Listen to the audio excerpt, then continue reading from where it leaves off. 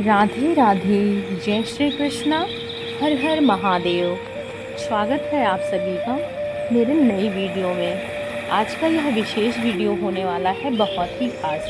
इससे पहले आप लोग चैनल पे नए हैं तो सब्सक्राइब जरूर कीजिएगा और वीडियो को ज़्यादा से ज़्यादा लोग शेयर जरूर करेगा।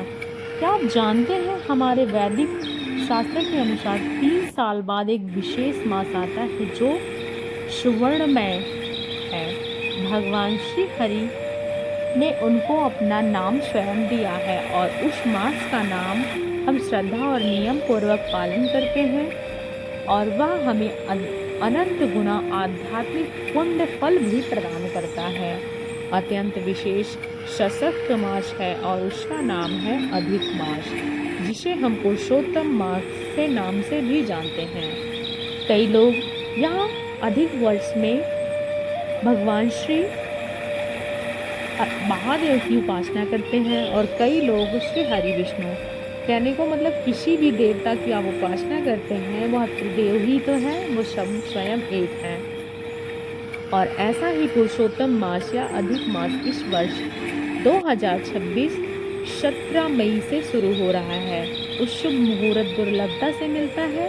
और चलिए इस बार अधिक मास का आरंभ कब हो रहा है, किस दिन हो रहा है, इसकी समाप्ति कब है, संकल्प लेना, दान करना, अन्य विधि के बारे में जानते हैं और इस मास की विशेषता क्या है, इस सब के ऊपर आज हम यहाँ वीडियो में जानेंगे। चलिए हम शुरू करते हैं वीडियो को। इस बार वर्ष 2026 में अधिक मास का आरंभ 17 मई 2026 को रविवार के दिन से हो रहा है। यह मास समाप्त होगा 15 जून 2026। 15 जून तक अधिक मास का पालन किया जाएगा। सभी नीति नियमों को पूर्ण रूप से श्रद्धा पूर्वक पालन करना।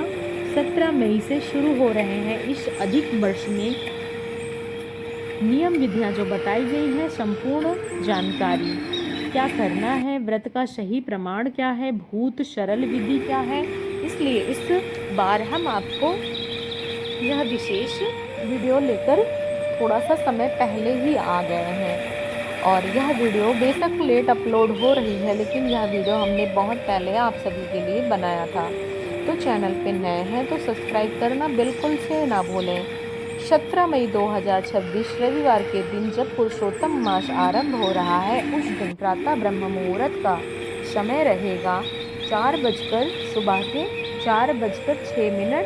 के बीच में और सुबह 5:29 पर प्रातः काल का भगवान श्री हरि की पूजा अर्चना करने का, अधिक मास का संकल्प लेने और प्रातःकालीन स्नान दान इत्यादि करने का समय रहेगा सुबह 4:27 से लेकर 5:29 के बीच में। वही संध्या काल का भगवान श्री हरि पूजा अर्चना करने का समय रहेगा 7:06 से लेकर 8:08 के बीच। तो शाम 7:06 और प्रतिपदा तिथि भी आरंभ होगी।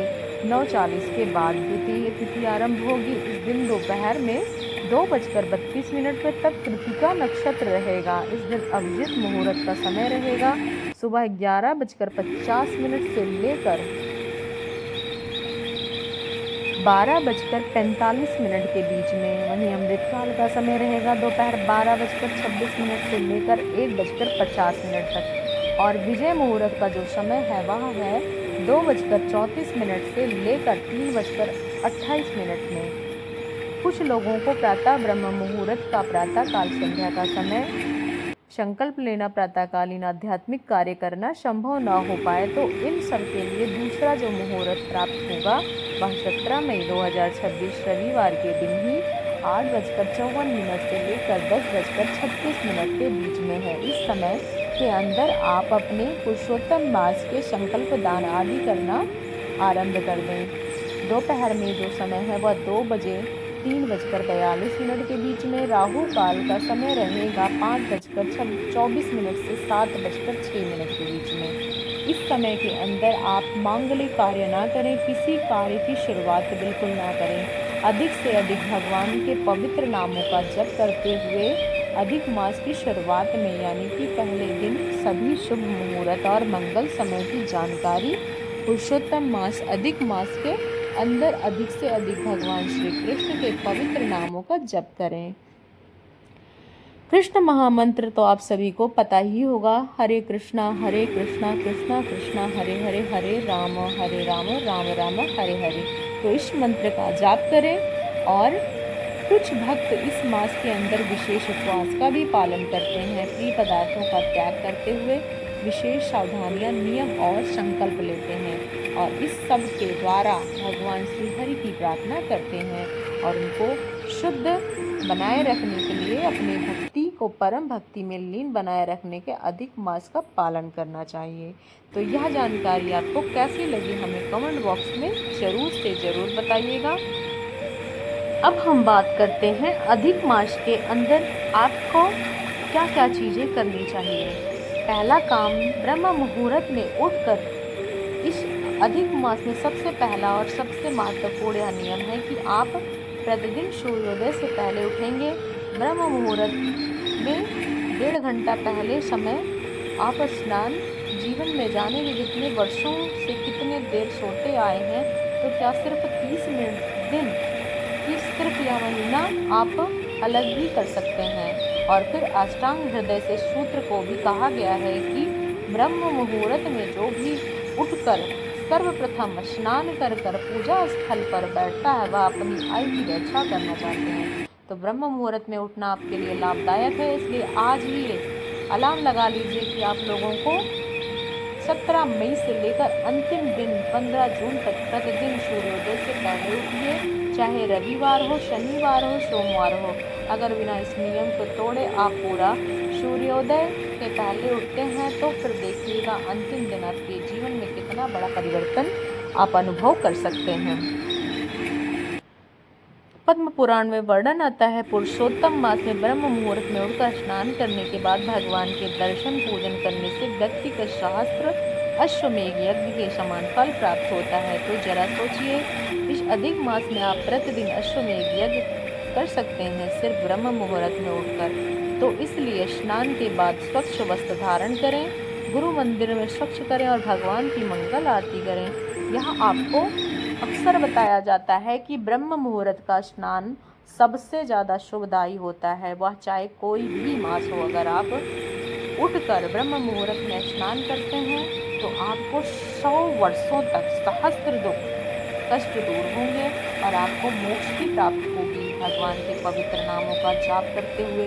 यह हम आपको हमेशा इस वीडियो में बताते हैं और इसी वीडियो में भी बता रहे हैं। इसलिए इस मास के अंदर आप कृष्ण महामंत्र का जाप भी करेंगे और यह मंत्र सबसे ज़्यादा मोक्षदायिनी होता है।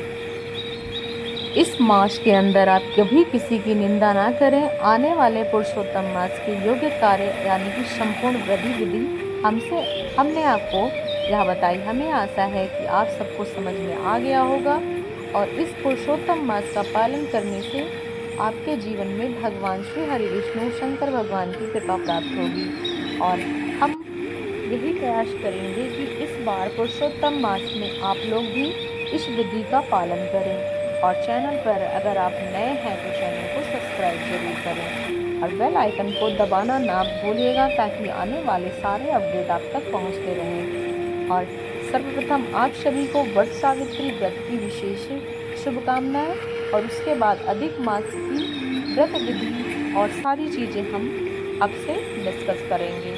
तो चैनल पे नए हैं तो चैनल को सब्सक्राइब करके जाइएगा और श्री कृष्ण के चरणों में सहस्त्र नामों का श्वासन करते हुए इस पुरुषोत्तम मास का पालन कीजिएगा। अधिक मास का पालन करने के लिए जो विधियाँ बताई गई हैं इसको पूर्ण रूप से पालन करने से आपके जीवन में आए हुए परिवर्तन का भी प्रमाण आपको मिल जाएगा। इसलिए हम बार बार यही कहेंगे कि आप सभी को कृष्ण सहस्त्र नाम का जप करना चाहिए, उनका माला जपना चाहिए और विधि पूर्वक सभी पुरुषोत्तम मास के शुरू होने से सभी और अंत तक इस विधि और मुहूर्त और नियम का पालन करने से आपको परम भगवान श्री हरि की कृपा प्राप्त होगी। माताओं और बहनों, प्रत्येक मासिक धर्म और सभी चीज़ों के लिए भी परेशान होती हैं। मासिक धर्म के अनुसार आप यह चीज़ नहीं करेंगे तब भी आपको कोई हानि नहीं होगी।